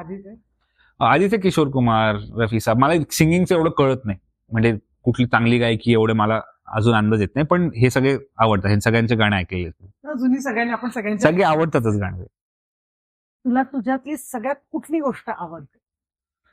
मला मी खूपच आवडतो स्वतःच पूर्णच. आपला फेवरेट पण स्वतःची गोष्ट आवडते, कारण मी ना over a period of time हे मॅनेज करायला शिकलोय की खूप आनंदी नाही व्हायचं आणि खूप दुःखी सुद्धा नाही व्हायचं, असं मध्ये करायचं. ते कधी कधी अल्पनाला आवडत नाही, पण मला म्हणजे कधी कधी थोडासा राग येऊ शकतो, फक्त कधी कधी मी नर्वस होऊ शकतो, पण मला खूप आनंद होत नाही आणि खूप दुःखही होत नाही. एकदम फ्लॅटवर न्यूट्रल चालू आहे. आणि तुला स्वतःची कुठली गोष्ट आवडत नाही, आळस करतो कधी कधी मी खूप. आणि त्याच्यामुळे खूप सारे प्रॉब्लेम्स होतात. आळस केल्यामुळे काम ढकललं जातं, मग मला कळतं की मला शनिवारी द्यायचंय आणि मला सोमवारपासून वेळ मिळालाय, पण मी शुक्रवारपर्यंत काहीच केलेलं नाही. आणि शुक्रवारी सौरभचे फोन सुरू झाले की भाई वो देना है, कल देना है, कब देना है. मग करतो. मग मी शनिवारी सकाळी बसून ते होऊन जातं 20 मिनिटात. ते असतं काम छोटंच, पण मी टाळ करत ते स्वतःवर स्ट्रेस खूप घेऊन जातो. तू असा स्टुडंट आहेस का जो शेवटच्या दिवशी अभ्यास करून पेपर देतो? नाही, अभ्यास मी आधीपासून करायचो. नाही, इंजिनिअरिंगला नाही करायचो, आधी शाळेत करायचो. इंजिनिअरिंगला असंच होतं की शेवटपर्यंत की आता अजून 2 दिवस आहेत ना, तर उद्या केलं तर चालेल, म्हणजे असं वाटतं. उद्या असं वाटतं की नाही, परवा तर 2 वाजता पेपर, मग सकाळी उठून करून घेऊ, असं ते चालू असतं प्रोक्रॅस्टिनेशन. कारण खूप मुलं अशी असतात, काही मुलं खूप वर्षभर अभ्यास करतात, काही मुलं अशी असतात. मी तर वर्षभर. तू वर्गात हुशार विद्यार्थी होतास? काही काळापर्यंत होतो यार, मी 5वी पर्यंत होतो. त्यानंतर माझं असं डिग्रेड होत गेलं. म्हणजे मी 80% वरनं 70%, 60%, 50, 55 वर मी स्टॉप झालो. 55च्या खाली नाही गेलो. गुड. सगळ्यात जास्त भीती कशाची वाटते? भूतांची. मला सुपर नॅचरल गोष्टींची खूप भीती वाटते. न्यूट्रल? आय डोंट ट्रस्ट, पण भीती वाटते मला अंधाराची वगैरे. मी खूप हॉरर फिल्म बघतो. कशाला बघतो? मजा येते ना. कधी असं काय एक्सपिरियन्स? मला एक्सपिरियन्स हॉररचा तर नाही आला, पण एकदा काय झालं होतं, छोटीशी स्टोरी सांगतो तुम्हाला. की पुण्यात मी इंजिनिअरिंग करत असताना माझी बहीण आली होती तिकडे, आणि तिकडे कसं होता, बेड असा होता, इथे खिडकी आहे आणि इथे चार्जर लावलंय, इथे माझा फोन ठेवलेला आहे. ठीक आहे, खिडकीत फोन ठेवलेला आहे आणि मी असं झोपलोय खिडकीकडे तोंड करून, मागे दार आहे. तर आता मी त्या काळात असंच हॉरर फिल्म्स खूप बघितल्या होत्या आणि झोपलोय. आणि झोपल्यावर मला ना रात्री मध्येच काहीतरी असं कोणतरी जाणवलं, कोणतरी उभं आहे आपल्या मागे, आणि मला कळतंय की याचं इथे कोणतरी आहे, आणि त्यांनी मला इथे मग हात जाणवला इथे असा येतोय. तर मी त्या थोड्या 4-5 सेकंदासाठी मनात मानून घेतलं की आता आपला शेवटचा दिवस आहे, ओके टाटा बाय बाय, आपलं झालंय. कारण मी एवढी हिंमत माझ्याकडे नव्हती की पलटून बघायला पाहिजे वळून. तर मी झोपलोय आणि मग मी म्हणलं आता मागे बघावं लागेल, कारण इथे खूप खडखड आवाज येतोय, काहीतरी वेगळं असू शकेल, दुसरं काय असेल. आणि आम्ही 13 फ्लोअरवर राहतो बरं का, काही दुसरं जनावर यायचं वगैरे मला काही नाही, पण मला वाटलं काहीतरी आलं असेल. मी पलटून बघितलं तर माझी बहीण होती, ती केस मोकळे ठेवून ती चार्जर घ्यायला आली होती. असा ओरडलो मी रात्री अंधारात. मग ती ओरडली, मग खूप दोघं ओरडल्यावर आई आली येऊन काय झालं. मग लोकांनी माझ्यावर खूप हसले, माझ्यावर सगळे. मग सगळ्यांना मावशीला कॉल करून सांगितलं, ह्याला कॉल करून, यश कसा घाबरला. So that was the closest. पण असं ऍक्च्युअल सुपर नॅचरल माझ्यासोबत काही झालेलं नाही. म्हणजे तू घाबर? म्हणजे मला I like that thrill of being scared. बरं, तू एक पार्टी देणार आहे आणि त्या पार्टीत तुला 3 लोकांना बघ, मे बी डेड और अलाइव. ओह वाव, ग्रेट क्वेश्चन. पार्टीत मी आणि ते 3 असे ठीक आहे, आणि मी त्यांच्यासोबत खूप गप्पा मारू शकतो तिकडे ना. तर AR सर आहेत, कारण माझ्याकडे खूप प्रश्न आहेत त्यांच्यासाठी. AV प्रफुल्लचंद्र आहेत, ते खूप AR रहमान मोठे फॅन आहेत, आणि मला मग त्यांचं दोघांचं कॉन्व्हर्सेशन बघायला आवडेल. आणि अमित त्रिवेदी, हे 3, आणि मी बसलो आणि तिघांचं बोलणं ऐकतोय, बस मी रात्रभर काढू शकतो अशी. तुम्ही गप्पा मारा की ऐकतो. मस्त, खूप मजा येईल. रेहमान साहेबांना काय प्रश्न विचारशील? खूप प्रश्न आहेत त्यातले. खूपच प्रश्न आहेत actually.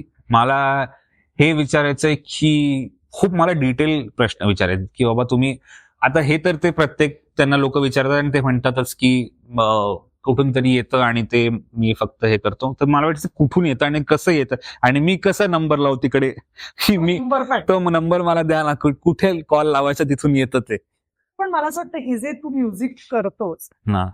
R D Burman is a different inspiration all हो, हो, टुगेदर. हो. बट हे जे म्युझिक मध्ये एआय आणि म्युझिक मध्ये ऑटोट्यून त्याचं पायनियरिंग भारतात तर नक्की त्यांनीच केलंय असं. आर डी बर्मन ना. रेहमान साहेब हो, टेक्नॉलॉजी तर ते म्हणजे हो 100%. कारण त्यांच्या कुठेतरी इंटरव्ह्यू मध्ये बघितलं होतं मी, ते म्हणत होते की माझ्याकडे 2 रूम्स आहेत स्टुडिओमध्ये. एक जिथे ज्याच्यावर आम्ही ऍक्च्युअल सिस्टमवर एक्झिस्टिंग सिस्टमवर काम करतोय. दुसरं जे नवीन जे काही जगात नवीन ते मी आणतो आणि ते तिकडे ठेवतो. तिकडे मी प्रॅक्टिस करतो. मग नवीन जे काही नवीन इन्व्हेन्शन झालं असेल ते पहिले माझ्या स्टुडिओमध्ये येतं आणि तिकडे मी सी बोर्ड त्यांनी आणला होता, नवीन प्लगिन्स त्यांनी आणले होते, वेगळ्या वेगळ्या प्रकारचे मायक्रोफोन सगळ्यात आधी त्यांच्याकडे जातात. तर तिकडे जाऊन मी प्रॅक्टिस करतो त्या रूम मध्ये आणि जेव्हा त्याच्यावर मी चांगला होऊन जातो, जेव्हा ते मला जमायला लागतं तेव्हा मी त्याला ह्या रूम मध्ये आणतो. हे सगळं त्यांनी टेक्नॉलॉजी वाईज तर he was way ahead of everybody. त्यांना तो नंबर विचारणार आहे. ती कुठे ते तुझं सिक्रेट टॅलेंट? सिक्रेट टॅलेंट तर म्हणता येणार नाही, पण मला स्केचिंग आवडतं. ठीकठाक करतो मी स्केचिंग. आणि मला खूप काळापर्यंत 2008 पर्यंत 8वीत असताना पर्यंत मला असं वाटत होतं की मी मोठं ॲनिमेटर बनेन. तर मला ॲनिमेटेड फिल्म्स बनवायच्या इच्छा होती, पण अजूनही आहे. बघेन मी कधीतरी करेन. अॅनिमेशन मधलं माझं तू कार्टूनचे आवाज शिकलायस का? तुला काढता येतात? येतात थोडे थोडे. मला सोनल कौशलनी थोडे शिकवले की हाय मैं हूं मिकी माऊस. तर मिकी माऊसचा थोडा शिकवला तिने. तर 2-4 मला येतात आणि माझी इच्छा पण आहे पण खूप कार्टूनसाठी डब करण्याची. मला आवड आहे त्याची. 2AM फ्रेंड्स कोण? 2AM म्हणजे ज्याच्यासोबत आता एक राहतो संकेत. आता अल्पना आदिती होते तर बायको झाली, पण ती पण 2AM फ्रेंडच आहे. संकेत आहे. अजून 3-4 लोक जे म्हणजे आम्ही 6 लोकांचा ग्रुप आहे जो शाळेपासून तो आतापर्यंत तोच आहे. 2007 पासून ते माझे मित्रमैत्रिणी आहेत, ते अजून पण तेच आहे. ते सगळे 2AM फ्रेंड्स. गुड. स्टार्टस्टन मूव्ही? बऱ्याचदा झालंय. स्टार्टिंग मध्ये खूप व्हायचं, कारण मी अवॉर्ड फंक्शनला जायचो तर असं सडनली इथून कोणतरी चालत गेलं असंच. मी दुबईला एका अवॉर्ड फंक्शनला गेलो होतो, तेव्हा सडनली असं चालता मी चालतो रेड कार्पेटवर आणि ती अशी काजोल गेली इथून अशीच. मग स्टार्स्टक एकदा तिकडे झालो होतो मी, दीपिकाला बघितलं होतं. मी ह्याच्यात गेलो होतो. विराट कोहलींचं त्यांचं काहीतरी अवॉर्ड फंक्शन असतं, तिकडे त्यांनी क्रिएटर्सला सुद्धा इन्व्हाइट केलं होतं. तर आम्ही इथे बसलोय आणि इथून अशी मग दीपिका गेली अशी समोरून. मला खूप भारी वाटलं की अरे यार, ओम शांती ओम सेम टाटा करताना. तर बऱ्याचदा झालंय, पण मेन म्हणजे नंतर माझी हळूहळू भीती कमी झाली. मला वाटलं माणसंच येते एवढं काही नाही. पण AR सरांना जेव्हा भेटलो पहिल्यांदा तेव्हा I have done an interview with him. पहिल्यांदा मी आयुष्यातला पहिला इंटरव्ह्यू घेतला कोणाचा, तो AR सरांचा होता. What was the occasion? It was for the promotion of his film 99 songs. Okay. त्यांनी डिरेक्ट केलेली? त्यांनी प्रोड्यूस केलेली डिरेक्ट. त्यांनी प्रोड्यूस केलेली फिल्म होती. त्याचं प्रमोशन चालू होतं. त्यांनी मला कॉल केला होता की बाबा जिओकडनं काहीतरी आला होता कॉल की त्यांच्यासोबत इंटरव्ह्यू करायला तुला मिळेल. म्हटलं तर डन, येतो मी. ते पण ह्याच्यासारखंच की मी कोणाला सांगितलं नव्हतं, असंच गेलो होतो. आणि भेटायच्या आधी खूप मला भीती होती. भेटणं सुरू झाल्यावर पण मी खूपच नर्वस होतो आणि मला वाटलं की नर्वसनेस थोडी हळू पुढे कमी होईल. कमी झाली पण एवढी नाही झाली. मी नर्वसच होतो. तर मी 1 तास त्यांच्यासोबत मिळाला होता मला. पण मग तिकडे पण मी नर्वस असल्यामुळे जितके बनवून गेलो तो प्रश्न तेवढेच विचारले. मी म्हटलं झालं पॅकअप. तर that was the first time. Actually त्यांना भेटलेलो. Embarrassing moment? अरे आता मला आठवलं होतं एक. खूप आहेत असे.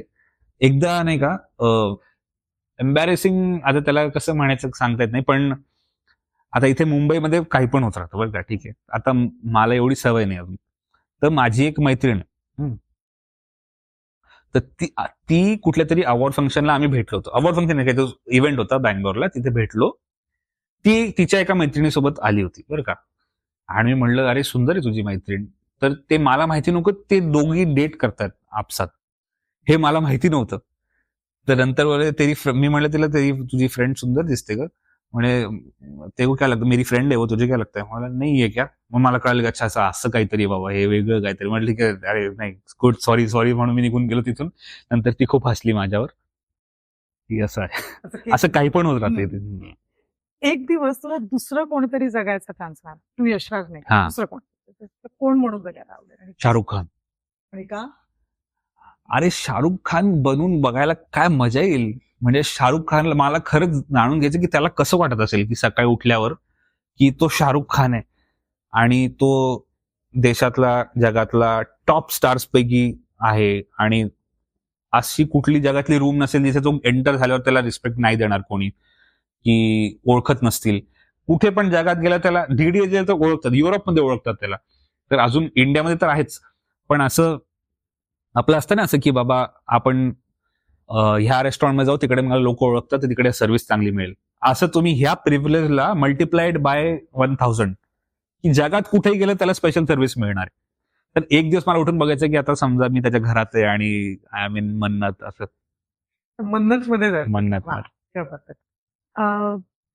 तुला जर टाइम मशीन दिलं आणि तू तुझ्या वयाच्या 14व्या की 18 या एका ह्याच्यामध्ये गेला, तुला कुठली गोष्ट चेंज करावीशी वाटते? चेंज करा. मला असं वाटतं की समजा मी काय केलं ना, पॉलिटेक्निक केलं 3 वर्ष आणि मग इंजिनिअरिंग केलं.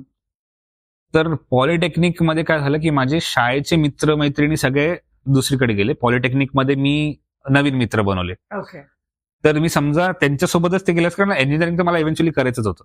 तर मला असं वाटतं मी पॉलिटेक्निक न करता 11वी-12वी जरी केलं असतं तर हे माझे मित्र राहिले असते तोपर्यंत माझ्यासोबत, आणि त्यानंतर मी इंजिनिअरिंग करणारच होतो. पण त्याचा फॉल्ट असा होता की मला ते सीईटी द्यावी लागली असती नंतर.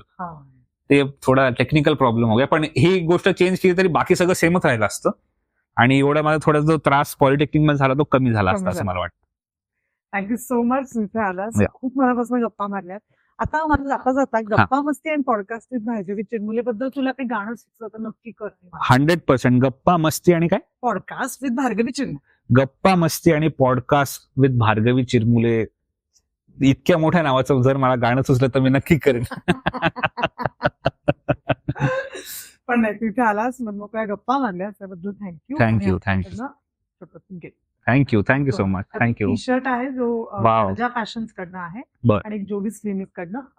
ऍक्च्युअली अल्पनाला दे. हो नक्की नक्की नक्की आवडेल तिला. Thank you so much. Thank you so much. Thank you.